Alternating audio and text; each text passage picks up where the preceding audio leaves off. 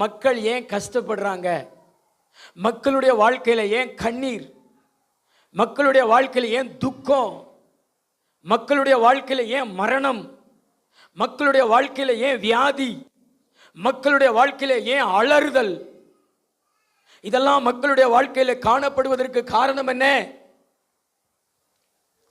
பக்கத்தில் உள்ளதை பார்த்து கேளுங்களேன். இதெல்லாம் ஏன் நடக்குது? ஒரு பக்கம் கல்யாணம் நடக்குது, இன்னொரு பக்கம் சவ ஊர்வலம் நடக்குது, பிரேதத்தை அடக்கம் செய்ய கொண்டு போறாங்க. ஏன் ஒரு பக்கம் மக்கள் சந்தோஷம் மகிழ்ச்சி, இன்னொரு பக்கம் துக்கம்? இது எல்லாத்துக்கும் காரணம் என்ன அப்படின்னு நம்ம யோசிக்கும் பொழுது, பிசாசு சாத்தான் மக்களுடைய வாழ்க்கையிலே என்னைக்கு அவன் புகுந்தானோ நுழைந்தானோ அன்னையிலிருந்து மக்களுடைய வாழ்க்கையிலே கண்ணீரும் துக்கமும் மரணமும் வேதனைகளும் தான். இதை நீங்க எப்படி சொல்றீங்க பாஸ்டர் நீங்க கேட்கலாம். நீங்க வேதாகமத்தை படித்து பார்க்கும் பொழுது அதை அறிந்து கொள்ளலாம். ஆதியாகமம் 1வது அதிகாரத்திலையும் 2வது அதிகாரத்திலையும் நீங்க சாத்தானை பார்க்க முடியாது. சாத்தானை பார்க்க முடியாது. சாத்தான் நுழைகிறது 3வது அதிகாரத்தில் தான். சாத்தான் நுழைந்த பின்புதான் பாவம் வந்தது, மரணம் வந்தது, சாபம் வந்தது, வலி வந்தது, வேதனை வந்தது. இதே போல வெளிப்படுத்தின விசேஷத்தில் கடைசி அதிகாரத்தில் கடைசி 2, அதாவது கடைசி புஸ்தகத்தில் கடைசி 2 அதிகாரத்தில் நீங்க சாத்தானை பார்க்க முடியாது. ஏன் அப்படின்னா ஆண்டவர் சாத்தானுக்கு நியாய தீர்ப்பு கொடுத்து அக்கினியும் கந்தகமும் நிறைந்த கடலிலே தள்ளி இருப்பார். சாத்தான் பாதாளத்தில், சாத்தான் நரகத்தில் தள்ளப்பட்டிருப்பான். இந்த பூமியில இருக்க மாட்டான். இந்த பூமி இப்ப இருக்கிற பூமியா இருக்காது. அது புதிய வானம், அது புதிய பூமியாக இருக்கும். இங்கே மக்களுடைய வாழ்க்கையிலே தேவன் இருப்பார். மக்களுடைய வாழ்க்கையிலே கண்ணீரையும் துக்கத்தையும் வியாதியையும் மரணத்தையும் பார்க்க முடியாது. அதெல்லாம் இல்லை இல்லை இல்லை அப்படிதான் இருக்கும். நீங்க வாசித்து பாருங்களேன். வெளிப்படுத்தின விசேஷம் 20வது அதிகாரம் 10வது வசனம். மேலும் அவர்களை மோசம் போக்கின பிசாசானவன் மிருகமும் கள்ள தீர்க்கதரிசியுமாய் இருக்கிற இடமாகிய அக்கினியும் கந்தகமுமான கடலிலே தள்ளப்பட்டான். அவர்கள் இரவும் பகலும் சதா காலங்களிலும் வாதிக்கப்படுவார்கள். சாத்தானும் அவனோடு சேர்ந்து கொண்டு தேவனோடு யுத்தம் பண்ணின கூட்டங்களும் அக்கினி கந்தகம் இருக்கிற கடலிலே தள்ளப்பட்டார்கள். நரகம் என்பது மனுஷனுக்காக தேவன் உண்டாக்கல, சாத்தானுக்கும் சாத்தானுடைய சேனைகளுக்கும் உண்டாக்கப்பட்டது. அங்கே இரவும் பகலும் வேதனை, ஒவ்வொரு நாளும் வேதனை, வேதனைக்கு முடிவே இல்லை. அதுதான் சாத்தானுடைய கடைசி இடம். ஆனால் அந்த சாத்தான் மக்களை பாவத்துக்குள்ளே கொண்டு போய் நரகத்துக்குள்ளே கொண்டு போகணும்னு சொல்லி தான் இன்னைக்கு கிரியை செய்து கொண்டிருக்கிறான். அல்லேலூயா. சாத்தான் இல்லாத அந்த 2 அதிகாரத்தில் பாருங்களேன், எது இருக்கும் எது இருக்காது. வெளிப்படுத்தின விசேஷம் 21:3-4 வாசிங்க. மேலும் பரலோகத்தில் இருந்து உண்டான பரலோகத்திலிருந்து உண்டான ஒரு பெரும் சத்தத்தை கேட்டேன். ஒரு பெரும் சத்தத்தை கேட்டேன். அது இதோ மனுஷனிடத்திலே தேவனுடைய வாசஸ்தலமா இருக்கிறது. தேவனுடைய வாசஸ்தலம் இருக்கிறது. அவர்களிடத்திலே அவர் வாசமாய் இருப்பார். அவர்களும் அவருடைய ஜனங்களாய் இருப்பார்கள். தேவன் தாமே அவர்களோடு கூட இருந்து அவருடைய தேவனாய் இருப்பார். அல்லேலூயா. ஆண்டவருடைய குடியிருப்பு நம்முடைய குடியிருப்பா மாறிடும். நாம் ஆண்டவருடைய வாசஸ்தலமா மாறி இருப்போம். தேவன் நம்மிடத்துல இருப்பார். பக்கத்துங்களை பார்த்து சொல்லுங்களேன், தேவன் நம்மிடத்துல இருப்பார். நாம் தேவனோடு இருப்போம். புதிய வானம் புதிய பூமி, அதற்குள்ளே தேவனும் நாமும் இருப்போம். சந்தோஷமாக மகிழ்ச்சியாக. அதுதான் பரலோக வாழ்க்கை. பரலோகத்தில் நாம் தேவனோடு கூட இருப்போம். அல்லேலூயா. நம்ம வாழ்க்கையில் எதெல்லாம் இருக்காது? தொடர்ந்து வாசிங்களேன். அவர்களுடைய கண்ணீர் யாவையும் தேவன் துடைப்பார். ஆமென். அவர்களுடைய கண்ணீர் யாவும் நிரந்தரமா துடைக்கப்பட்டிருக்கான். அதுக்கு பிறகு மக்களுடைய கண்கள்ல கண்ணீரே வராது. கண்ணீரை பார்க்க முடியாது. ஏன்னா சாத்தான ஆண்டவர் ஒழிச்சிட்டாரு. சாத்தான் ஒளிஞ்ச நாள் உங்களுடைய கண்ணீர் ஒளிஞ்ச நாள். இன்னைக்கு உங்களுடைய கண்ணீருக்கு காரணம் சாத்தான். அதனாலதான் அந்த சாத்தான் ஆண்டவர் அக்கினி கடலுக்குள்ளே தள்ளி உங்க கண்ணீரெல்லாம் இயேசு துடைக்கிறார். இன்னைக்கும் ஆண்டவர் உங்க கண்ணீரெல்லாம் இயேசு துடைக்கிறாரு. நிரந்தரமா அன்னைக்கு கண்ணீரை இயேசு துடைச்சிருப்பாரு. உன் கண்ணீருக்கு காரணமான உன் வியாதியை சுகமாக்கி இருப்பாரு. உன் கண்ணீருக்கு காரணமான பிரச்சனைகள் மாறி இருக்கும். ஹல்லேலூயா. அந்த வார்த்தையை கேட்கும்போது அவ்வளவு சந்தோஷமா இருக்கிறது இல்லை. நம்ம கண்ணீரெல்லாம் இயேசு துடைப்பார். அடுத்து வாசிங்களேன். இனி மரணமும் இல்லை. டெத்தை நீங்க பார்க்க முடியாது. அடக்க ஆராதனை இருக்காது. மரணம் இருக்காது. சாத்தான் ஒளிஞ்ச நாள், மரணம் ஒளிஞ்ச நாள், மரணத்தையே தேவன் அடக்கம் பண்ணின நாள்தான் சாத்தான அவர் அக்கினி கடலிலே தள்ளின நாள். மரணமே இல்லைன்னா நம்ம வாழ்க்கை எப்படி இருக்கும் பாருங்களேன். இன்னைக்கு மரணம் வந்து தானே நம்முடைய வாழ்க்கையில் நஷ்டத்தையும் கஷ்டத்தையும் கவலையையும் வேதனையும் கொண்டு வந்து விடுகிறது.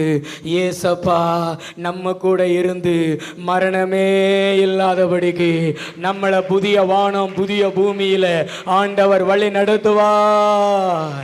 எத்தனை பேருக்கு சந்தோஷம்? தலைக்கு மேல் கூட கைத்தட்டி ஓ மரணம் இல்லை, மரணம் இல்லை. பக்கத்துல பார்த்து சொல்லுங்களேன், மரணம் இல்லை. இந்த மரணமே இல்லாம இருந்திருந்தா நமக்கு அன்பானவர்களை எத்தனையோ பேர் நம்ம இழந்திருக்க மாட்டோமே. இன்னைக்கு இந்த மரணம் தானே கொண்டு போயிருச்சு. அப்படிப்பட்ட மரணத்துக்கு ஆண்டவர் ஒரு முடிவை உண்டாக்குகிறார். சாத்தானை கடலிலே தள்ளி, அக்னியும் கந்தகமும் எரிகிற கடலுக்குள்ளே தள்ளி நமக்கெல்லாம் ஆண்டவர் ஒரு விமோசனத்தை கொடுக்க போகிறார். ஆமென். அடுத்து வாசிங்களேன். துக்கமும் இல்லை, துக்கமும் இல்லை, அலறுதலும் இல்லை. ஐயம்மா திடீர் எங்கேயாவது கேட்கும். ஐயா இந்த அலறுதல் இல்லை, இந்த துக்கமும் இல்லை, வருத்தமும் இல்லை, வருத்தமும் இல்லை. அப்ப என்னதாங்க இருக்கும்? ஒரே சந்தோஷம், ஒரே மகிழ்ச்சி. இயேசு கிறிஸ்து எப்படி இருக்கிறாரோ அதே போல நம்முடைய வாழ்க்கையில் அதுதான் நித்திய மகிழ்ச்சி. உங்க தலைமையில நித்திய மகிழ்ச்சி இருக்கும்னு சொன்னார்ல பிரதர், உங்க தலைமையில நித்திய மகிழ்ச்சி இருக்கும்னு சொன்னார்ல, சஞ்சலமும் தவிப்பும் ஓடிப்போன்னு சொன்னார்ல, அதுதான் அந்த வாழ்க்கை. அதான் பரலோக வாழ்க்கை. சாத்தான் இல்லாத வாழ்க்கை தாங்க பரலோக வாழ்க்கை. எப்பொழுதும் நம்ம சந்தோஷமா மகிழ்ச்சியாவே இருக்கிற வாழ்க்கை தாங்க பரலோக வாழ்க்கை. இப்படிப்பட்ட ஒரு வாழ்க்கையை ஆண்டவர் நமக்கு தரப்போறார். ஆமென். ஆண்டவர் முதல்ல நம்மளை மகிழ்ச்சியில் தான் வச்சிருந்தார். முதல்ல தம்பி நம்மளை எங்கே வச்சிருந்தார்? கர்த்தர் ஆதாமையும் ஏவாளையும் உண்டாக்கி எங்கே வச்சிருந்தார் சொல்லுங்க? எங்க? சகோதரர்கள் வாலிபர்கள் சொல்லுங்க, எங்கே வச்சிருந்தாரு? ஏதேன் தோட்டம். பக்கத்துல பார்த்து சொல்லுங்களேன், ஏதேன். முகத்தை பார்த்து சொல்லுங்களேன், காதில் கேட்க முடியும் சொல்லுங்களேன், ஏதேன். என்ன தோட்டம்? சொல்லு பக்கத்தில்.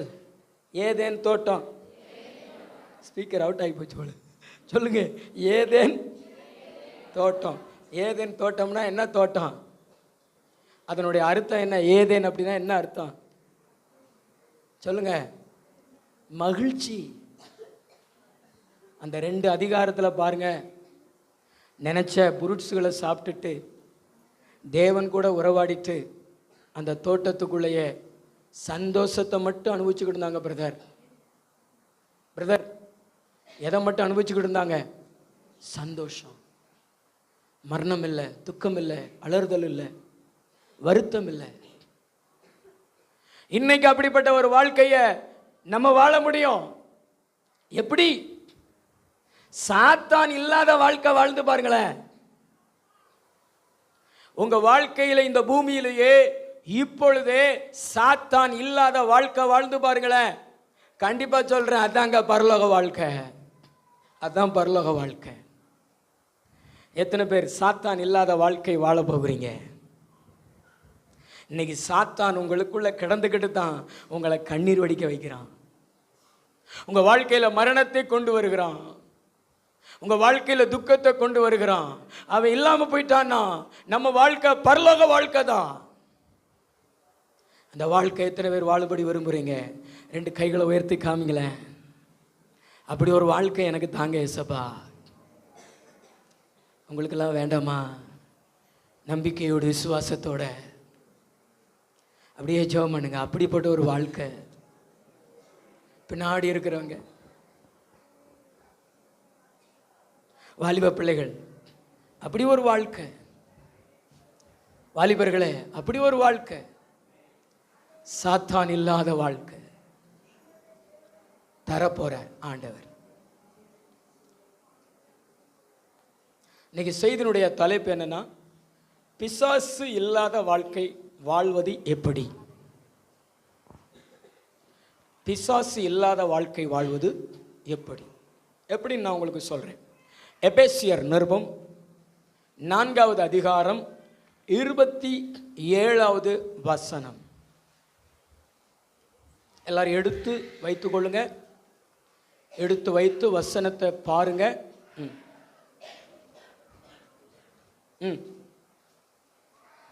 வாசிங்க. பிசாசுக்கு இடம் கொடாமலும் இருங்கள். பிசாசுக்கு இடம் கொடாமலும் இருங்கள். திருடுகிறவன் இனி திருடாமல். பிசாசுக்கு இடம் கொடாமலும் இருங்கள். பிசாசுக்கு நீங்க இடம் கொடுத்தீங்கன்னா அவன் என்ன செய்வான்? இடம் பிடிப்பான். இன்னைக்கு நிறைய பேர் பிசாசுக்கு வாழ்க்கையில சிந்தனையில இடம் கொடுக்கறாங்க. பஸ்ல நீங்க ஏறி உட்கார்ந்துருக்கிறீங்க, உங்க சீட்டு காலியா இருக்குது. இன்னொருத்தர் வந்து பக்கத்தில் நிற்கிறாரு. நீங்க என்ன செய்வீங்க? கொஞ்சம் ஒதுங்கி உட்கார்ந்து கொண்டு அவங்களுக்கு இடம் கொடுப்பீங்க. உடனே அவங்களும் உங்களிடத்துல பேச ஆரம்பிப்பாங்க. அது மாதிரி தான் இன்னைக்கு மக்களுடைய சிந்தனையில், மக்களுடைய இருதயத்தில் பிசாசு இடம் கேட்டு அந்த இடத்தை கொடுத்து இன்னைக்கு நிறைய மக்கள் பிசாசோடு வாழ்ந்து கொண்டிருக்கிறாங்க. பிசாசு அவனுடைய செயல்களை, அவனுடைய காரியங்களை அவன் சாதித்து கொண்டிருக்கிறான். அதை வச்சு சாதித்து கொண்டிருக்கிறான். அல்லேலூயா. கைக ஒருத்தர் ஒரு அல்லேலூயா சொல்லுங்களேன். அல்லேலூயா. பிசாசுக்கு நீங்க இடம் கொடுத்தீங்கன்னா அவன் கண்டிப்பா என்ன செய்வான்? இடம் பிடிப்பான். நீங்க கேட்கலாம், நாங்க எப்படி இடம் கொடுக்குறோம் அப்படின்னு. வேதாகமத்துல புதிய ஏற்பாட்டு சபையில, ஆதி அப்போஸ்தல சபையில ஒரு 2 பேர் பிசாசுக்கு இடம் கொடுத்தாங்க. அவங்களுடைய சிந்தனையில இடம் கொடுத்தாங்க. அப்போஸ்தல நடபடிகள் 5வது அதிகாரம் 4வது வசனத்தை நீங்க வாசித்து பாருங்களேன். அதை விற்கும் முன்னே அது உன்னுடையதா இருக்கவில்லையோ, அதை விற்ற பின்பும் அதன் கிரயம் உன் வசத்தில் இருக்கவில்லையோ, நீ உன் இருதயத்திலே இப்படிப்பட்ட எண்ணம் கொண்டதென்ன, நீ மனுஷனிடத்தில் அல்ல தேவனிடத்தில் பொய் சொன்னாய் என்றான். அனனியா இந்த வார்த்தைகளை கேட்கவே, மேலுள்ள வசனத்தை வாசிங்க. சாத்தான் உன் இருதயத்தை நிரப்பினது என்ன? பேதுரு அவனை நோக்கி அனனியாவே, நிலத்தின் கிரயத்தில் ஒரு பங்கை வஞ்சித்து வைத்து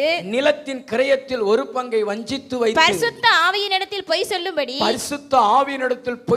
சாத்தான் உன் இருதயத்தை நிரப்பினதென்ன? இருதயத்தை நிறைத்ததென்ன? சாத்தானுக்கு இடம் மக்கள் எப்படி கொடுக்கறாங்க பிரதர்? சாத்தானுக்கு மக்கள் இடம் எப்படி கொடுக்கறாங்க? எங்க கொடுக்கறாங்க? இதயத்தில் கொடுக்கறாங்க, சிந்தனையில கொடுக்கறாங்க. எப்படி கொடுக்கறாங்கன்னா, சாத்தான் ஒரு பொய்யன். சாத்தான் யாரு?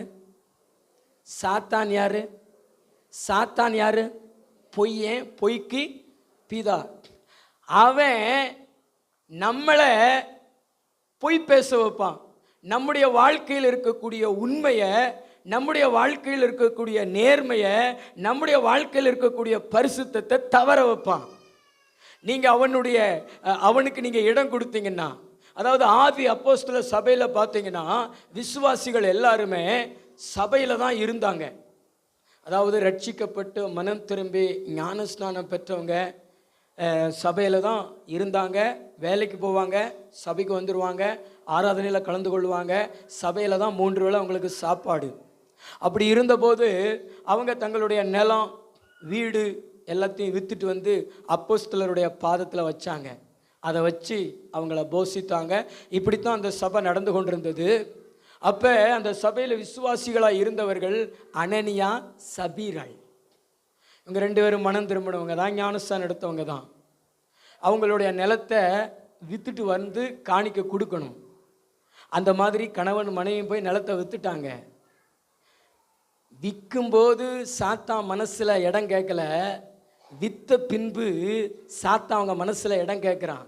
எப்படி இடம் கேட்குறான்னா, நீ எல்லாத்தையும் கொண்டு போய் ஏன் சர்ச்சில் கொடுக்க, நீ கொஞ்சத்தை உன் எதிர்காலத்துக்கு எடுத்து வச்சுக்கோ, உங்கள் பாஸ்டர் பேதர் பார்த்துக்கிட்டா இருக்காரு. அதாவது இவங்க மொத்த காணிக்கையும் கொண்டு வந்து பேதரினிடத்துல கொடுத்து எங்களுக்கு கொஞ்சம் எடுத்துக்கிட்டோம் ஐயா அப்படின்னு அவங்க சொல்லியிருந்தாங்கன்னா ஒரு பிழையும் இல்லை. ஆனால் இவங்க ஒரு பகுதியை எடுத்து வச்சுக்கிட்டு, அதாவது முற்றிலும் கொடுத்தவர்கள் போல, உண்மை உள்ளவர்கள் போல தங்களை காண்பித்து கொள்றாங்க. பேதரினிடத்தில் காமித்து கொள்றாங்க, மற்ற விசுவாசிகளிடத்திலும் காமித்து கொள்றாங்க. எல்லாத்தையும் கொடுத்துட்டு வந்துட்டு எல்லாத்தையும் எடுத்து கொடுத்துட்டாங்க, பரவாயில்ல, உண்மை உள்ளவங்க, பரிசுத்தம் உள்ளவங்க, நேர்மையானவங்க, விசுவாசம் உள்ளவங்க அப்படின்னு எல்லாரும் பாராட்டணும்னு சொல்லிட்டு அந்த மாதிரி காமித்து கொள்ளணும்னு சொல்லிட்டு வராங்க. அதுதான் தப்பு. சாத்தானுடைய சரக்கு உங்க வாழ்க்கையில இருக்கு, அதுக்கு நீங்க இடம் கொடுத்திருக்கிறீங்க. அவனுடைய பொய், அவனுடைய வஞ்சகம், அவனுடைய பித்தலாட்டம், அவனுடைய காரியங்களுக்கெல்லாம் உங்க வாழ்க்கையில இடம் கொடுத்து நீங்களும் பொய்யராக, நீங்களும் வஞ்சிக்கிறவங்களா மாறுறபடினாலதான் உங்க வாழ்க்கையில சாத்தான் இருக்கிறான். சாத்தான் இல்லாத வாழ்க்கை வாழணும்னா, சாத்தான் நம்முடைய சிந்தனையில, நம்முடைய வாழ்க்கையில அவனுடைய காரியங்கள் வராதபடிக்கு நம்மளை காத்து கொண்டோம்னா அதுதாங்க சாத்தான் இல்லாத வாழ்க்கை. சாத்தானுக்கு நம்ம இடம் கொடுக்கலனா அவன் நம்முடைய வாழ்க்கையில வர முடியாது. சாத்தானுக்கு நம்ம இடம் கொடுக்கலன்னா அவன் நம்ம வாழ்க்கையில வர முடியாது. ஆனா சாத்தானுக்கு இடம் கொடுத்துட்டீங்கன்னா அவனும் வந்துருவான், அவனுடைய பொய் வந்துரும். அதாவது அவன் உங்களை பொய்யரா மாத்திருவான்.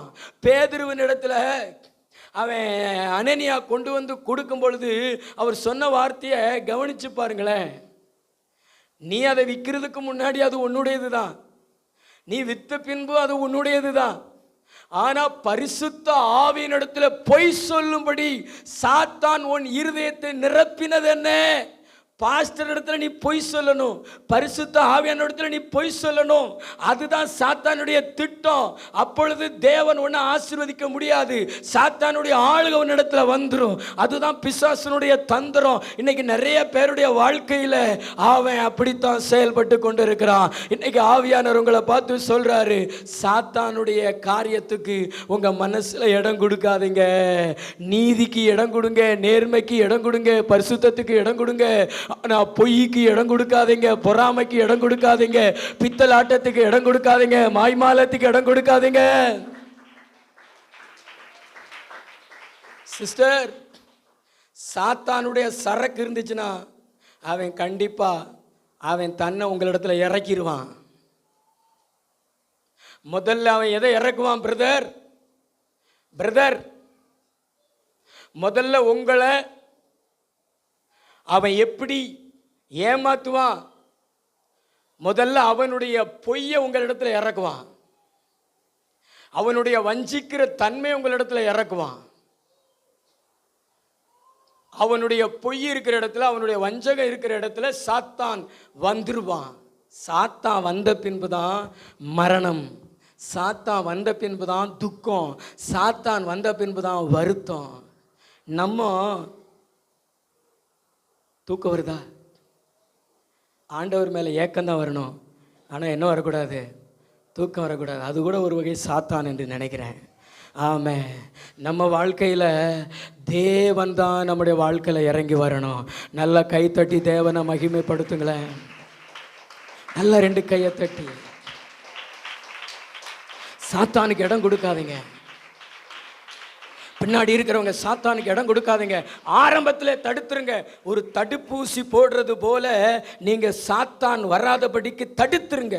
பொய்யை தடுத்துட்டீங்கன்னா, வஞ்சகத்தை தடுத்துட்டீங்கன்னா, சாத்தானுக்குரிய காரியத்தை தடுத்துட்டீங்கன்னா சாத்தான் வர முடியாத. அதனால தானே உங்களை பொய் பேச வச்சு, உங்களுடைய நேர்மையை தவற வச்சு, உங்களுடைய பரிசுத்தத்தை தவற வச்சு உள்ள வந்துருதான்.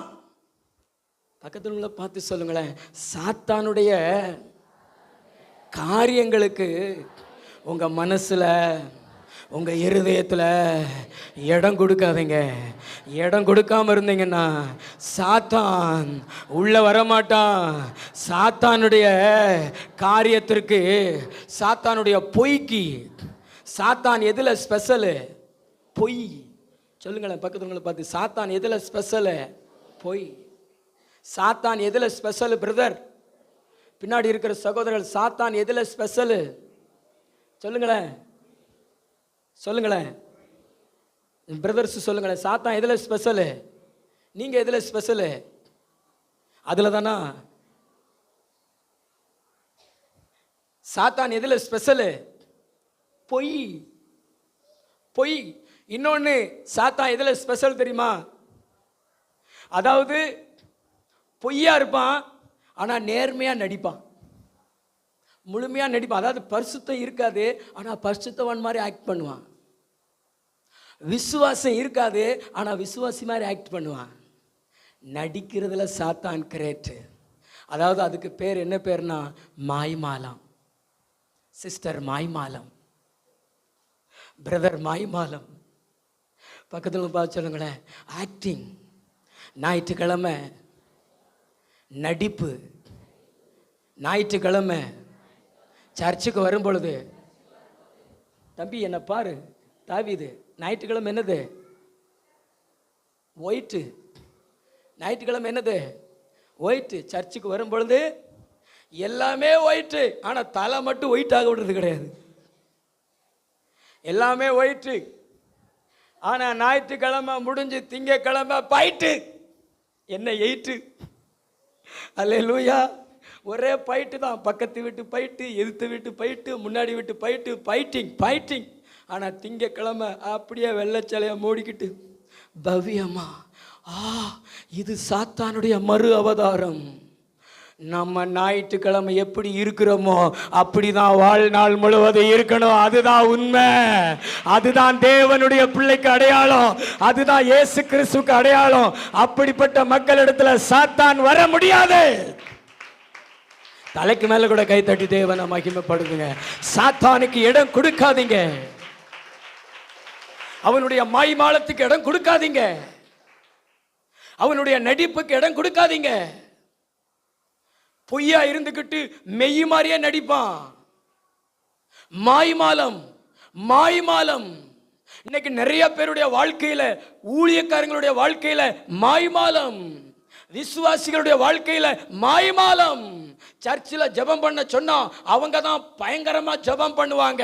ஃபர்ஸ்ட் ஜெபம் பண்ணுவாங்க, வானத்தையே அசைக்கிற மாதிரி ஜெபம் பண்ணுவாங்க. ஆனா வாழ்க்கையை கேட்டா, சாட்சியை கேட்டா அருவருப்பு. அதல்ல உண்மை. அப்படி ஒரு வாழ்க்கை இருந்துச்சுன்னா அதுல பிசாசு இருப்பான். நம்ம ஆண்டவர் இயேசு கிறிஸ்து எப்படி உள்ள எப்படியோ அப்படித்தான் வெளியே எப்படியோ அப்படித்தான் உள்ள. நம்முடைய ஆண்டவருக்கு பேரு உண்மை உள்ள தேவன், நம்முடைய ஆண்டவருக்கு பேரு ஜீவன் உள்ள தேவன். நம்முடைய ஆண்டவருக்கு நடிக்க தெரியாது, ஆனால் சிலுவையில் நமக்காக துடிக்க தெரிந்தது அவருக்கு. இன்னைக்கும் நமக்காக துடிக்கிற தெய்வம் இயேசு கிறிஸ்துவாகிய தெய்வம். நமக்காக பாரமுள்ள தெய்வம் இயேசு கிறிஸ்துவாகிய தெய்வம். ஆனால் அவருக்கு நடிக்க தெரியாது. இதுவரைக்கும் அவருக்கு நடிப்புக்கு அவார்டு கொடுத்ததே கிடையாது, அவர் அவார்டு வாங்கினதே கிடையாது. ஏன்னா அவருக்கு நடிக்க தெரியாது, அவருக்கு பொய் சொல்ல தெரியாது, அவருக்கு உண்மை பேசதான் தெரியும், அவருக்கு சத்தியம் பேசதான் தெரியும், அவர் உண்மையை காமிக்கத்தான் தெரியும். நான் சொல்லுகிறத புரிகிறதா உங்களுக்கு? இங்கேயும் சாத்தான் போராடுறான் பாருங்களேன். மாய்மாலத்துக்கு இடம் கொடுக்காதீங்க. உங்க வாழ்க்கையில சாத்தானுடைய பொய்க்கு இடம் கொடுக்காதீங்க. உண்மையாயிருங்க. வெள்ளைச்சட்டை போட்டிருக்கிறது மாதிரியே, வெளியில வெள்ளைச்சட்டை போட்டிருக்கிற மாதிரியே உள்ளேயும் வெள்ளையா இருங்க. வெள்ளையடிக்கப்பட்ட கல்லறையா இருக்காதீங்க. பரிசேயர்கள், வேதப்பாரர்கள் எதுல ஸ்பெஷல்? வெளியில வெள்ளையா இருக்கும், ஆனா உள்ள கல்லறைக்குள்ள என்ன இருக்கும்? அசுத்தம், பெணம். அது மாதிரி தான் வாழ்க்கையில இருக்காது. இதுதான் சாத்தானுடைய காரியம். உண்மையாயிருப்போம். அனனியா சபீரால் போல இருக்காதீங்க. அதனால தாங்க நம்ம விழுந்து போறோம். நம்முடைய தொழில், நம்முடைய வியாபாரம் விழுந்து போய் விடுகிறது. நம்முடைய கண்ணீருக்கு முடிவில்லாமல் போய்விடுகிறது, மரணத்திற்கு முடிவே இல்லாமல் போய்விடுகிறது, துக்கத்துக்கு முடிவே இல்லாமல் போய்விடுகிறது. உங்கள் வாழ்க்கையில் துக்கம் இருக்குதா, கண்ணீர் இருக்கிறதா, வியாதி இருக்கிறதா, அலறுதல் இருக்கிறதா? நீங்கள் முழங்கால் போட்டு ஜெபம் பண்ணி, ஆண்டவரே நான் உம்மிடத்தில் பொய்யான வாழ்க்கையை காமிச்சுக்கிட்டு இருக்கிறேனா, நான் உம்மிடத்தில் பொய்யை காமிச்சுக்கிட்டு இருக்கிறேனா, ஜனங்களுக்கு முன்னாடி பொய்யை காமிச்சுக்கிட்டு இருக்கிறேனா, நான் நடித்து கொண்டிருக்கிறேனா, நான் மாய்மாலமாக இருக்கிறேனா அப்படிங்கிறத நீங்கள் அலசி ஆராய்ந்து மனம் திரும்புங்களே. சாத்தான உங்களை விட்டு ஓட வைங்களே. ஆண்டவர் இயேசுவை உங்களுக்குள்ள கொண்டு வாங்களே. உங்க வாழ்க்கையில மரணத்துக்கு இடமே இருக்காது, அலறுதலுக்கு இடமே இருக்காது, கண்ணீருக்கு இடரே இருக்காது. உங்க வாழ்க்கையில ஒரு நிரந்தரமான மகிழ்ச்சி, உங்களுடைய வாழ்க்கையில ஒரு நிரந்தரமான சந்தோஷத்தை தேவன் கட்டளையிட்டிருப்பார். ஹல்லேலூயா. கர்த்தர் முதலாவது சொல்றது காரியம் என்னன்னா, பிசாசினுடைய காரியத்துக்கு உங்க மனசுல இடம் கொடுக்காதீங்க. அனனியா சப்பீரால் போல என்ன செய்யாதீங்க, இடம் கொடுக்காதீங்க. அதே மாதிரி இன்னொருத்தன் யூதாஸ், அவனும் பிசாசுக்கு இடம் கொடுத்தான். இயேசுவை காட்டி கொடுத்து அதுக்கு இடம் கொடுத்தான். 30 வெள்ளி காசுக்காக இயேசுவை காட்டி கொடுத்து சபிக்கப்பட்டு போனான்.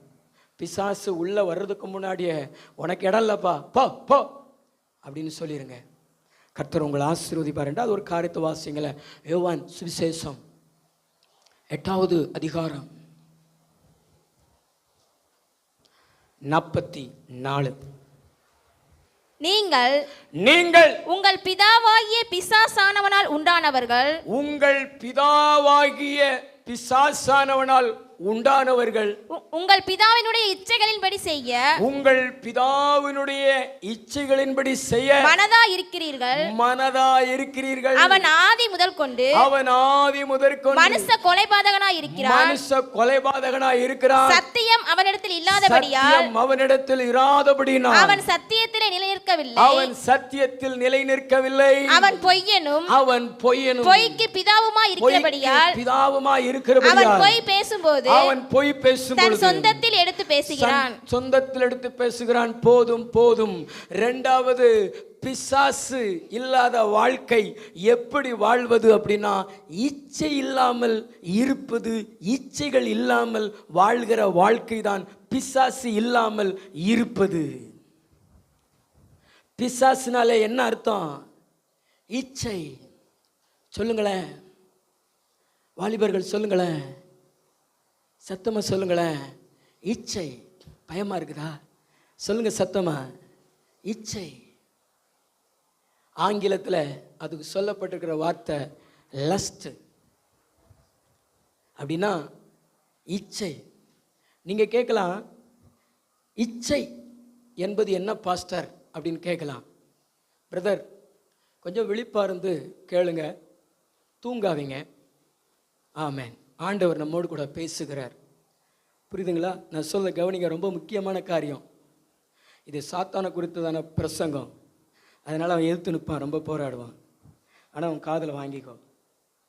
இன்னைக்கு எல்லா தரப்பு மக்களுக்குமே இந்த செய்தி தேவை.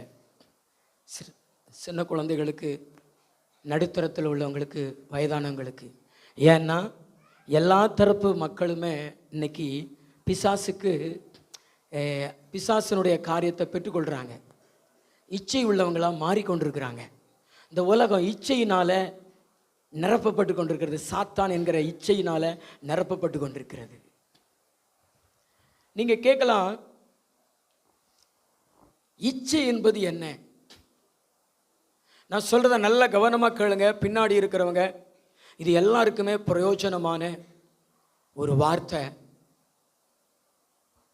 ஆண்டவர் நமக்கு நியமித்திருக்கிற காரியங்கள் அது நம்முடைய தேவை. ஆண்டவர் நமக்கு நியமித்திருக்கிற காரியங்கள் அது நம்முடைய தேவை.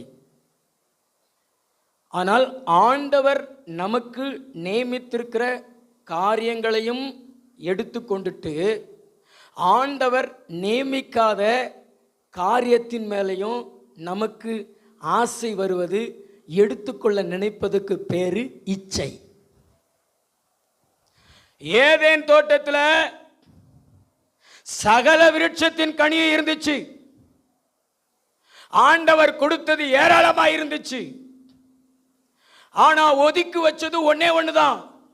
தோட்டத்தின் நடுவில் இருக்கக்கூடிய நன்மை தீமை அறியத்தக்கதான கனியை மட்டும் ஆண்டவர் இதை புசிக்காத, புசிக்கும் நாளிலே சாகவே சாவா என்று ஆண்டவர் ஏவாள் இடத்துல சொல்லி இருந்தாரு, ஆதாமிட்ட சொல்லி இருந்தாரு.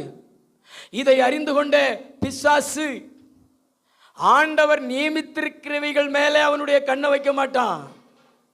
ஆனா ஆண்டவர் எதை ஒதுக்கி வச்சிருக்கிறாரோ அதன் மேலதான் அவனுடைய கண்ணை வச்சு அதை நம்ம எடுக்கணும், அதை நம்ம அனுபவிக்கணும் அப்படிங்கிறதுக்காக அவனுடைய காரியத்தை செயல்படுத்துவான். அப்படித்தான் ஏவாளை அவன் வஞ்சித்தான்.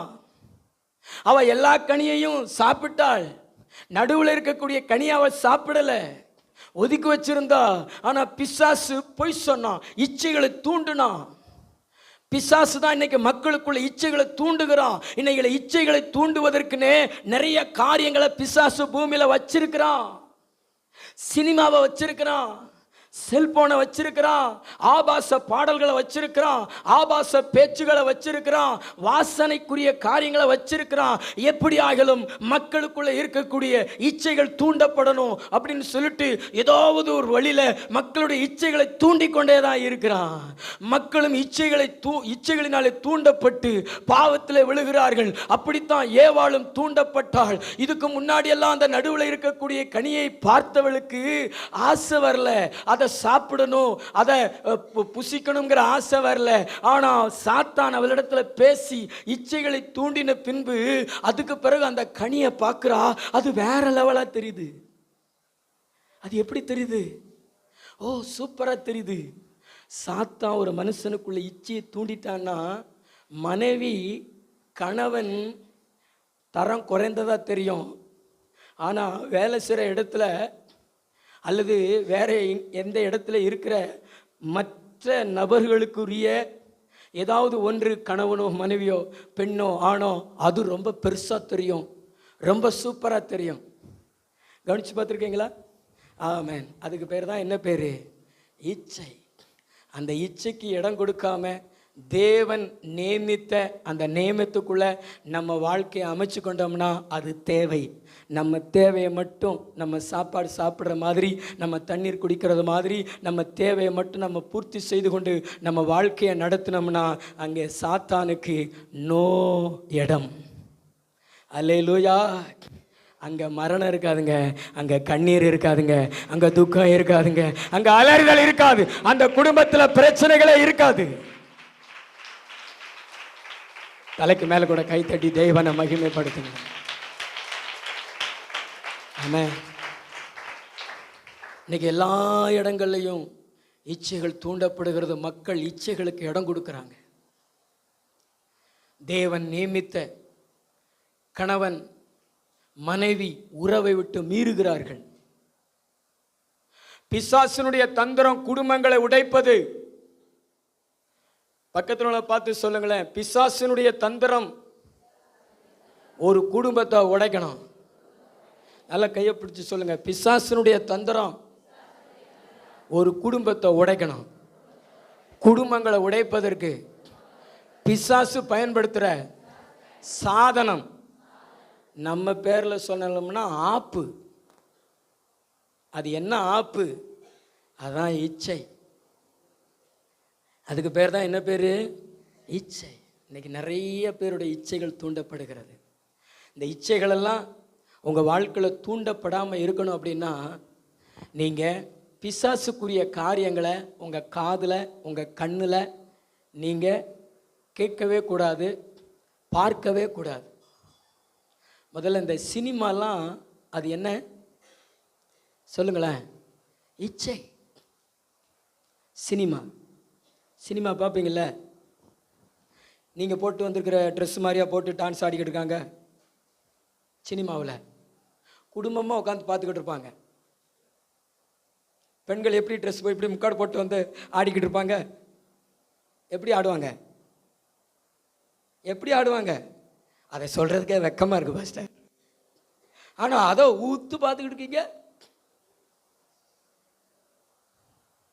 இன்னைக்கு பத்தாக்குறைக்கு செல்போன் வந்துருச்சு. நிறையா மக்களுக்கு செல்போன் வந்துருச்சு. செல்போன் இந்த வாலிபர்கள்லாம் பாருங்களேன், 10 பைசா வருமானம் அவங்க மூலமாக கிடையாது. ஆனால் கையில் வச்சிருக்கிறது 40,000 ரூபா செல்லு. எதுக்குயா செல்லு? அல்லேலூயா. ஃபேஸ்புக்கில் இருக்கேன் பாஸ்டர், இன்ஸ்டாகிராமில் இருக்கேன் பாஸ்டர். ஒழுங்காக பைபிளை படி. பரிசுத்தத்துக்கு உன் வாழ்க்கையில் இடம் கொடு. 119வது சங்கீதம் 9வது வசனம் சொல்லுகிறது, கர்த்தருடைய வசனத்தின்படி வாலிபன் தன் வழியை எதினால் சுத்தம் பண்ணுவான், கர்த்தருடைய வசனத்தின்படி தன்னை காத்து கொள்ளுகிறதினாலே. நல்லா பைபிளை படி. செல்போனில் ரொம்ப ஆர்வமாக இருக்காது. இன்னைக்கு நிறைய மக்களுக்கு பார்த்தீங்கன்னா ஆண்டவருடைய சமூகத்தை விட, ஆண்டவருடைய பிரசன்னத்தை விட இந்த செல்போனு தான் அதிக விருப்பமாக இருக்கும், அதிக ஆர்வமாக இருக்கும். காரணம், இந்த பூமியில் சாத்தான் இருக்கிறான், பிசாசு இருக்கிறான். வேலையில் வீரம் இருக்கும், வேலையில் தீவிரம் இருக்கும், ஃபங்க்ஷன் வீட்டுக்கு போகிறதுல தீவிரம் இருக்கும், மற்ற எல்லாத்துலேயும் தீவிரம் இருக்கும். ஆனால் ஜெபம்னா ஓடி ஒளிவாங்க. ஏன்னா இங்கே சாத்தான் இருக்கிறான். ஆண்டவர் சொல்றாரு, அந்த சாத்தானுக்கு இடம் கொடுக்காத, அவனுடைய இச்சைகளை தூண்டுகிற காரியத்துக்கு இடம் கொடுக்காத. அப்படியெல்லாம் நீ இடம் கொடுக்காம இருந்தேன்னா உன்னுடைய வாழ்க்கை, உன்னுடைய குடும்பம் ஒரு குட்டி பரலோகமாக இருக்கும். ஆமென். கரங்களை தட்டி ஆண்டவருக்கு நன்றி சொல்லுங்களேன். நல்லா 2 கைகளை தட்டி ஆண்டவருக்கு நன்றி சொல்லுங்களேன். நேற்றைய தினம் 25வது திருமண நாளை நானும் என் மனைவியும் கொண்டாடினோம். கர்த்தருக்கு மகிமை செலுத்தினோம், நன்றி செலுத்தினோம். எங்களுடைய திருமண வாழ்க்கையை 25 வருஷமாக ஆண்டவர் அற்புதமாக நடத்தினார். எந்த பிரச்சனையும் இல்லை, எந்த போராட்டமும் இல்லை, அலறுதல் இல்லை, துக்கம் இல்லை, வருத்தம் இல்லை. என் மனைவியிடத்தில் நீங்கள் கேட்டிங்கன்னா என்னை குறித்து வெறுப்பாய் சொல்லுகிறது கிடையாது. என் மனைவியை குறித்து என்னிடத்தில் கேட்டிங்கன்னா நானும் வெறுப்பாய் சொல்லுகிறது கிடையாது. 25 வருஷமாக கர்த்தர் எங்களை அற்புதமாக நடத்தினார்.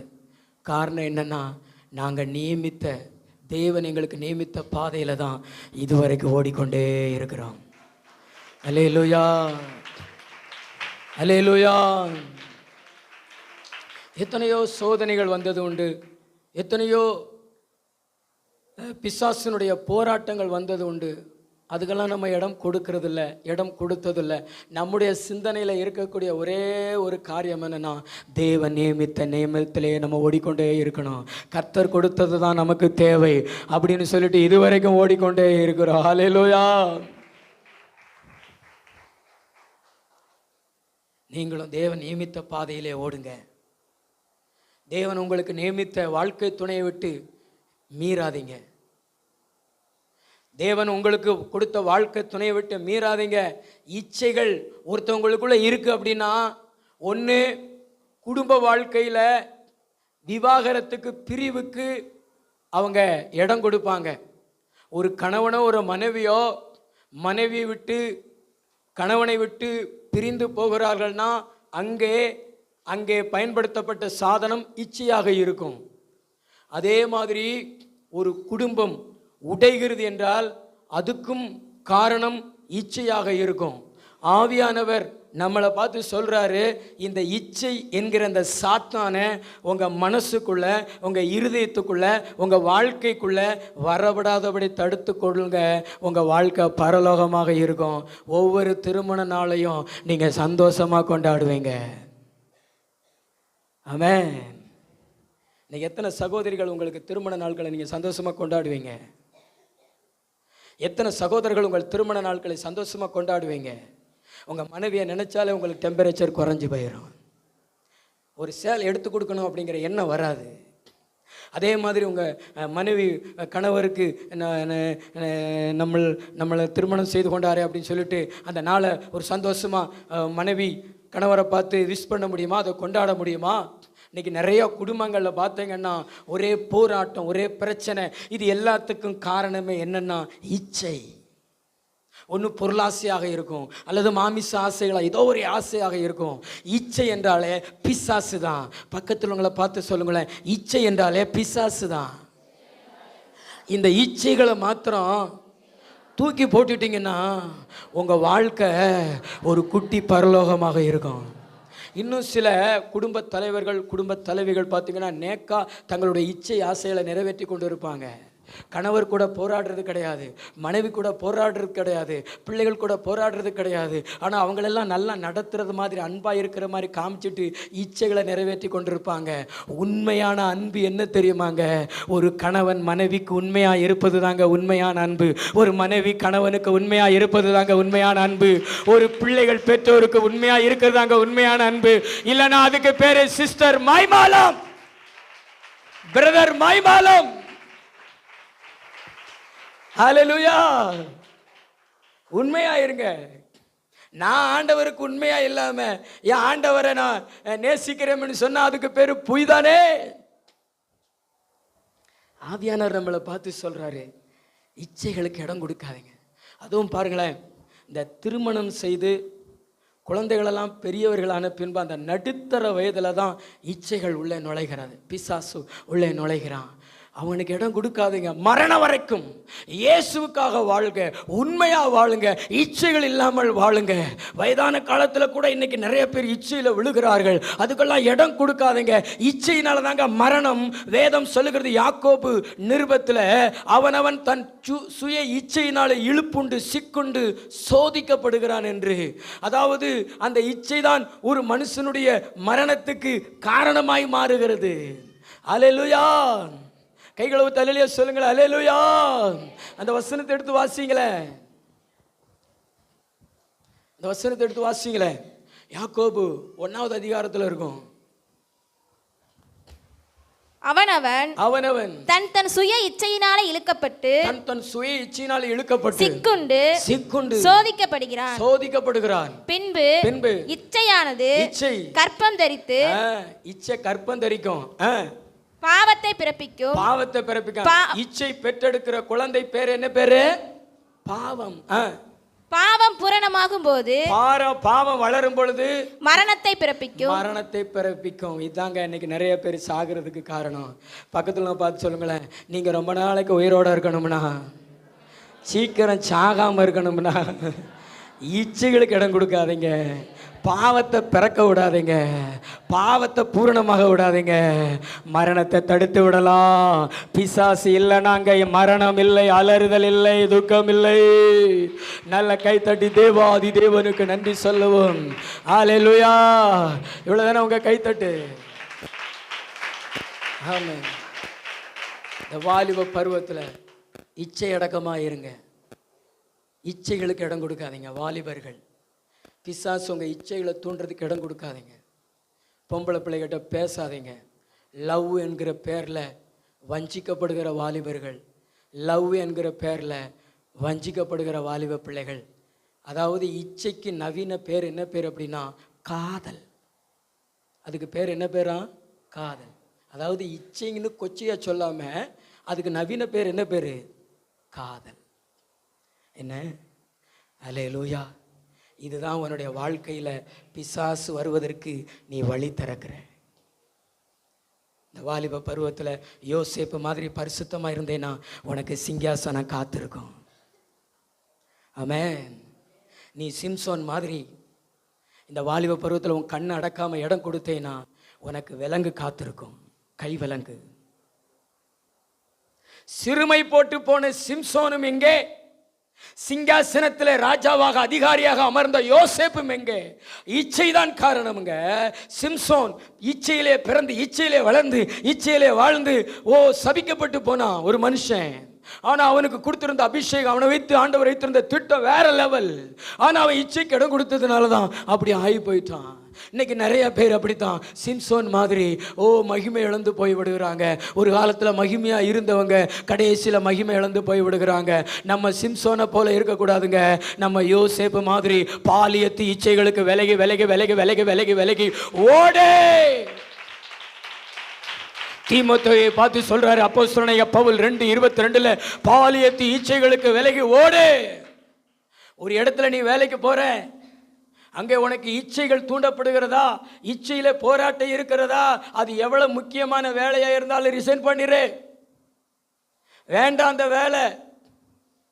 உனக்கு ஏத்தாப்புல ஒரு நல்ல இடத்தை தேவன் கொடுப்பார், அங்க போய் வேலை செய். ஆனா இன்னைக்கு நிறைய பேர் அப்படி இல்லை. அங்கே இச்சை இருக்குது தெரியும், அங்கே போராட்டம் இருக்குது தெரியும், ஆனாலும் அங்கே தான் போய் கிடப்பாங்க, பிறகு விழுந்து விடுவாங்க.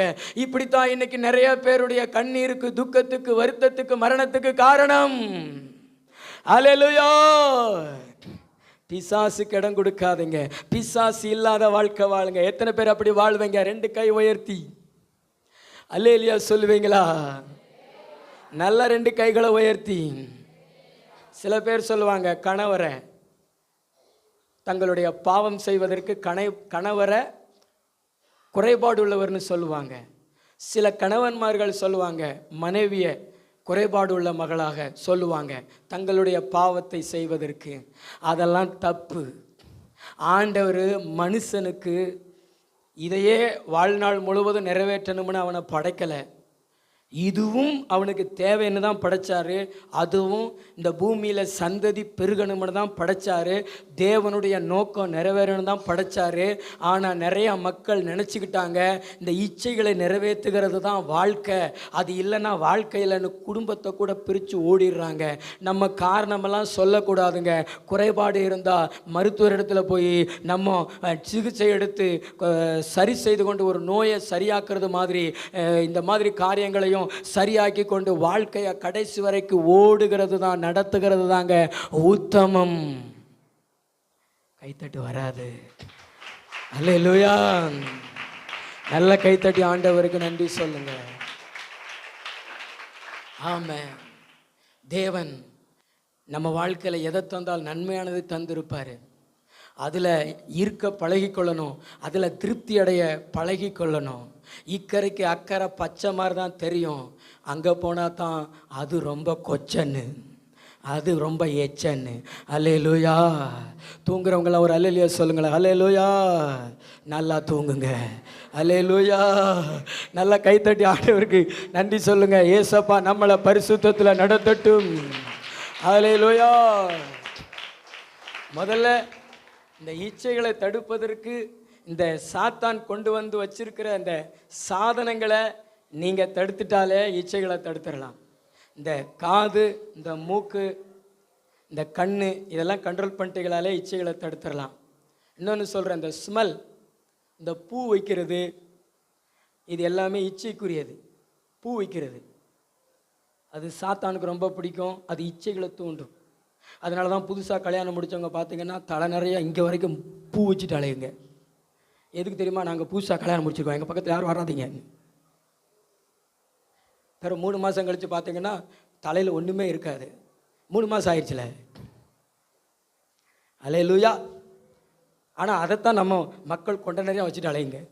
வாலிப பிள்ளைகள்லாம் ஸ்கூலுக்கு போகும்போது நான் பூ வச்சுருக்கிறேன் பார்த்துக்கோக்கு, 2 ஜடையில் பூ வச்சுருக்கேன் பார்த்து. ஒரு பஸ்ஸுக்குள்ளே ஒரு ஆள் பூ வச்சுருந்தா அவங்கள திரும்பி பார்க்க வைக்கும். தெரியுமா உங்களுக்கு? இன்னும் ரொம்ப ஸ்மெல் அடிக்கி யாருன்னு திரும்பி பார்க்க வைக்கும். அதான் பூ. அது இச்சைகளை தூண்டும். அது வந்து எதுக்கு ஆண்டவர் படைச்சிருக்கிறாருன்னா, மருத்துவத்துக்கு ஆண்டவர் படைச்சிருக்கிறாரு. இந்த தேனீக்களெல்லாம் அதில் போய் தேன் எடுக்கிறதுக்காக ஆண்டவர் படைச்சிருக்கிறாரு. செண்டு தயாரிப்பதற்கு அதை படைச்சிருக்கிறாரு. ஆனால் நம்ம தலையில் வைக்கிறதுக்கு அதை படைக்கலை. அப்படியெல்லாம் ஆண்டவர் படைச்சிருந்தாருன்னா பிறக்கும் பொழுது 2 பூவோடு பிறக்க வச்சுருப்பாரு, 2 காதோட பிறக்க வச்சவர் 2 பூவோட பிறக்க வச்சிருப்பார். எதுக்கு என் பிள்ளைகள் 40 ரூபா 50 ரூபா கொடுத்து வாங்கிக்கிட்டு கிடக்கணும்? அப்படி கடவுள் தான் உங்களை ஆசீர்வதிக்கணும். ஆமென்.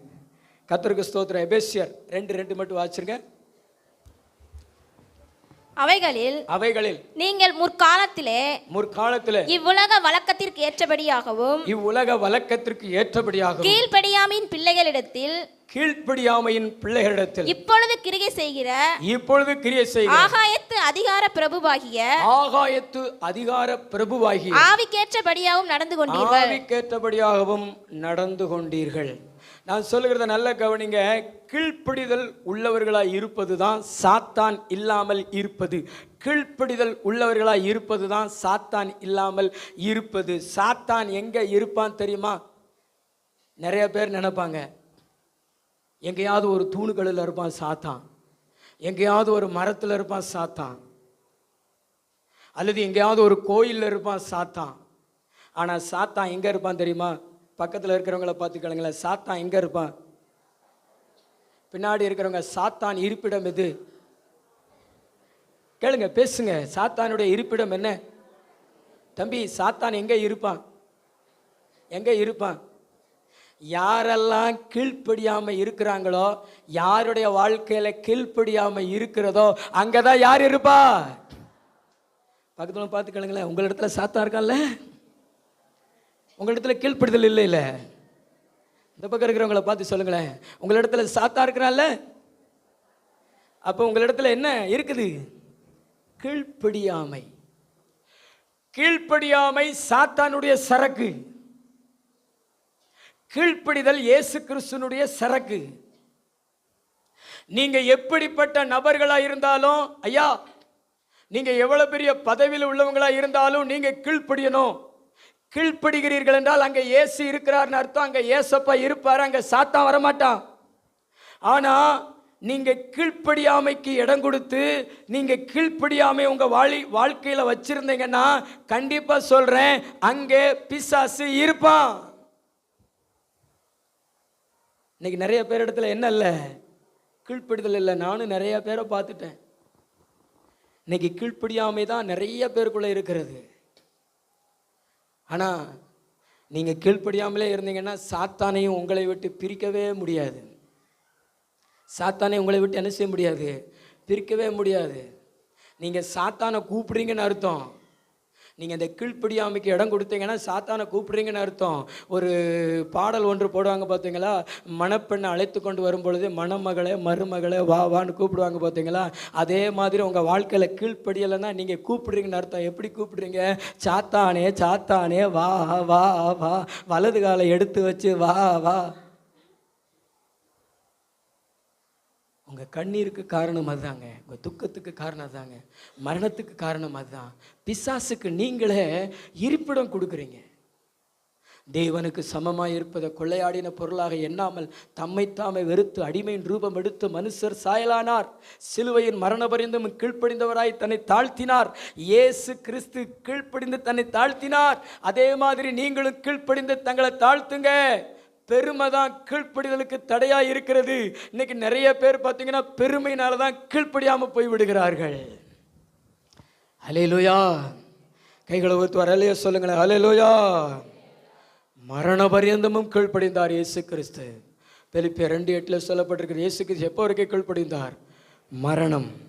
நம்ம வாழ்க்கையில் அப்படிப்பட்ட கீழ்ப்படிதலை ஆயுதமாய் தரித்து கொள்ளுங்க. எனக்கு நிறைய வாலிபர்களிடத்துல கீழ்ப்படிதலை பார்க்க முடியலை. இன்றைக்கி வாலிப பிள்ளைகளிடத்துல கீழ்ப்படிதலை பார்க்க முடியலை. என்னிடத்துல கீழ்ப்படிதல் இருக்குது பாஸ்டர், நான் எல்லாத்துக்கும் கீழ்ப்படுகிற மகளாக இருக்கிறேன் அப்படி சொல்கிறவங்க உங்களால் கை உயர்த்தி காமிக்க முடியுமா? கை உயர்த்தி காமிங்களேன். பெரியவங்க கை உயர்த்தி காமிங்களேன். சத்தியத்துக்கு கீழ்ப்படுகிற தன்மை, போதகருக்கு கீழ்ப்படுகிற தன்மை, அடுத்து பெற்றோருக்கு கீழ்ப்படுகிற தன்மை, அடுத்து ஆசிரியருக்கு கீழ்ப்படுகிற தன்மை, சட்டத்துக்கு கீழ்ப்படுகிற தன்மை இன்றைக்கி எத்தனை பேர் இடத்துல இருக்கிறது? குறிப்பாக சத்தியத்துக்கு போதகருக்கு கண்டிப்பாக நம்ம கீழ்ப்படியணும்.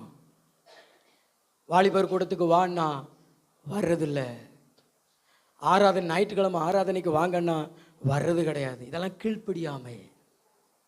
சாத்தான் வருவான், சாத்தான் அங்கே இருப்பான். ஜெபத்துக்கு வா அப்படின்னா வந்துடணும், இல்லைன்னா சாத்தான் அங்கே வருவான். உங்களிடத்துல போராடக்கூடாது தேவன். உங்களிடத்துல ஒரு முறைக்கு மேலே மறுமுறை சொல்லக்கூடாது. உங்களுக்கு தெரியப்படுத்தத்தான் செய்யணும், அறிவிக்கத்தான் செய்யணும். நீங்கள் உடனே கீழ்ப்படிந்துடணும். கீழ்ப்படிதல்னால தான் நாகமான் குஷ்டரோகி தன்னுடைய குஷ்டரோகத்திலிருந்து வெளியே வந்தான், தன்னுடைய சாபத்திலிருந்து வெளியே வந்தான். ஆமென். கீழ்ப்படிவீங்களா? எத்தனை பேர் கீழ்ப்படிவீங்க? பின்னாடி இருக்கிறவங்க. அந்த சாத்தானுடைய சரக்கு உங்களிடத்துல இருக்கிறதுனால தான் அவன் உங்களிடத்துல இருக்கிறான். அங்கே வேதம் தெளிவாய் சொல்லப்படுகிறது, அதிகார பிரபுவாகிய பிசாசு கீழ்ப்படியாத பிள்ளைகளிடத்துல தான் இருக்கிறான்னு. அந்த வசனத்தை மறுபடி வாசிங்களே. அவைகளில் நீங்கள் முற்காலத்திலே இவ்வுலக வழக்கத்திற்கு ஏற்றபடியாகவும் கீழ்ப்படியாமையின் பிள்ளைகளிடத்தில் இப்பொழுது கிரியை செய்கிற ஆகாயத்து அதிகார பிரபுவாகிய யாரிடத்துல அவன் கிரியை செய்கிறான்? நீங்க கீழ்ப்படிஞ்சீங்கன்னா உங்க வாழ்க்கையில அவன் வர முடியாது. நீங்க கீழ்ப்படிஞ்சீங்கன்னா உங்க வாழ்க்கையில அவனுக்கு இடம் கிடையாது. அதனாலதான் கர்த்தர் கீழ்ப்படி கீழ்ப்படி கீழ்ப்படி கீழ்ப்படின்னு சொல்றாரு. மனுக்குலமே பிசாசுக்கு அடிமையாகி போனது அந்த சாத்தானுக்கு கீழ்ப்படிஞ்சதுனால தான், தேவனுடைய வார்த்தைக்கு கீழ்ப்படியாததுனால தான். இன்னைக்குமே இந்த மனிதர்களை கீழ்ப்படியாம வச்சுதான் பிசாசு அவங்களுடைய வாழ்க்கையில அதிகாரம் செலுத்துகிறான், அவங்க வாழ்க்கையில ஆளுகை செய்யறான். அவனை குறித்து சொல்லுகிறது அதிகார பிரபு. உங்களை ஏன் அவன் அதிகாரம் பண்றான்? அவனுடைய அதிகாரம் ஏன் உங்க வாழ்க்கையில வெளிப்படுகிறது? கீழ்ப்படியாமையினாலதான். அல்லேலூயா. ஆனால் கீழ்ப்படிஞ்சு பழகுங்க. பக்கத்துங்களை பார்த்து சொல்லுங்களேன், ஆண்டவருடைய வார்த்தைக்கு கீழ்ப்படிஞ்சு பழகுங்க. கீழ்ப்படியாமையினால தான் அவனுடைய அதிகாரம் வெளிப்படுகிறது. அவனுடைய அதிகாரத்தினால தான் மரணம் வருகிறது. மகிழ்ச்சி இல்லை, சந்தோஷம் இல்லை. சாத்தான் இல்லாத வாழ்க்கை எனக்கு வேண்டும் என்று சொல்லி இன்னைக்கு அர்ப்பணம் செய்து இன்னைக்கு சாத்தான உங்க வாழ்க்கையில இருந்து துரத்தி அடிங்க. கீழ்ப்படியாமை உங்க வாழ்க்கையில இருந்து துரத்தி அடிங்க. ஈச்சைகளை உங்க வாழ்க்கையில இருந்து துரத்தி அடிங்க. சாத்தானுக்கு இடம் கொடுக்கிற காரியங்களை, மாய்மாலமான வாழ்க்கைய உங்க வாழ்க்கையில இருந்து துரத்தி அடிங்க. நமக்கு பரலோகம் காத்திருக்கிறது, புதிய வானம் காத்திருக்கிறது, புதிய பூமி காத்திருக்கிறது. அந்த மகிழ்ச்சியான வாழ்க்கையை, அந்த சந்தோஷமான வாழ்க்கையை இழந்து போகாதீங்க.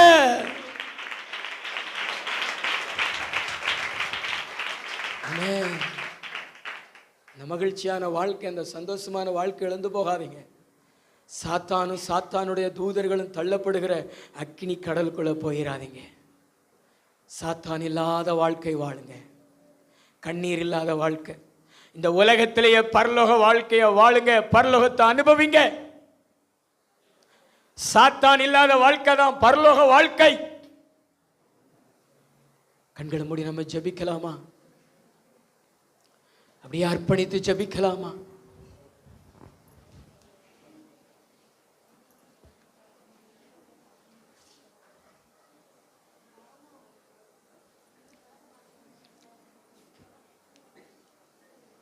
இன்னைக்கு எங்கும் இச்சைகள். இது கடைசி காலம். சாத்தான் மனிதர்களுக்குள்ள இச்சையை தூண்டி விட்டு கொண்டு குடும்பங்களை உடைக்கிறான், வாலிப பிள்ளைகளுடைய எதிர்கால வாழ்க்கையை பாழாக்குறான், மரணத்துக்குள்ள கொண்டு போறான். நான் சாத்தானுக்கு இடம் கொடுக்க மாட்டேன், இச்சைகளுக்கு இடம் கொடுக்க மாட்டேன், நான் கீழ்ப்படிதலுக்கு இடம் கொடுப்பேன்னு சொல்றவங்க எத்தனை பேர்? 2 கைகளை வானத்துக்கு நேரம் உயர்த்தி அப்படியே அர்ப்பணம் செய்வீங்களா?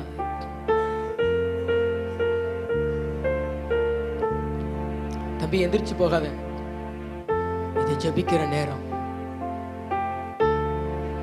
உன்ட 1 மணி நேரத்துக்கு மேல பேசிட்டார் ஏசப்பா. நீ அவர்கிட்ட பேச, உன் மனைவிக்கு நீ துரோகம் பண்ணுவியா? உன் கணவனுக்கு நீ துரோகம் பண்ணுவியா? உண்மையா இருப்பியா?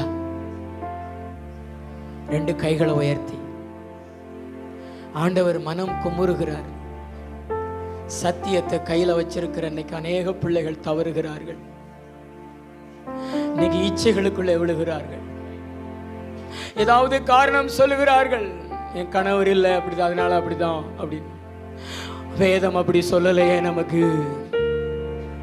நமக்கு நியமித்திருக்கிற ஓட்டம் அது சரியான பாதையில நாம் பயணித்து அதை ஓட்ட வேண்டும். நல்ல 2 கைகளை தட்டி கர்த்தருக்கு ஸ்தோத்திரம் சொல்லுங்க.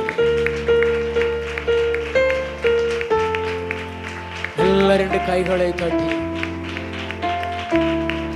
நல்ல 2 கைகளை தட்டி, நல்ல 2 கைகளை தட்டி ஆவியில நிறைந்து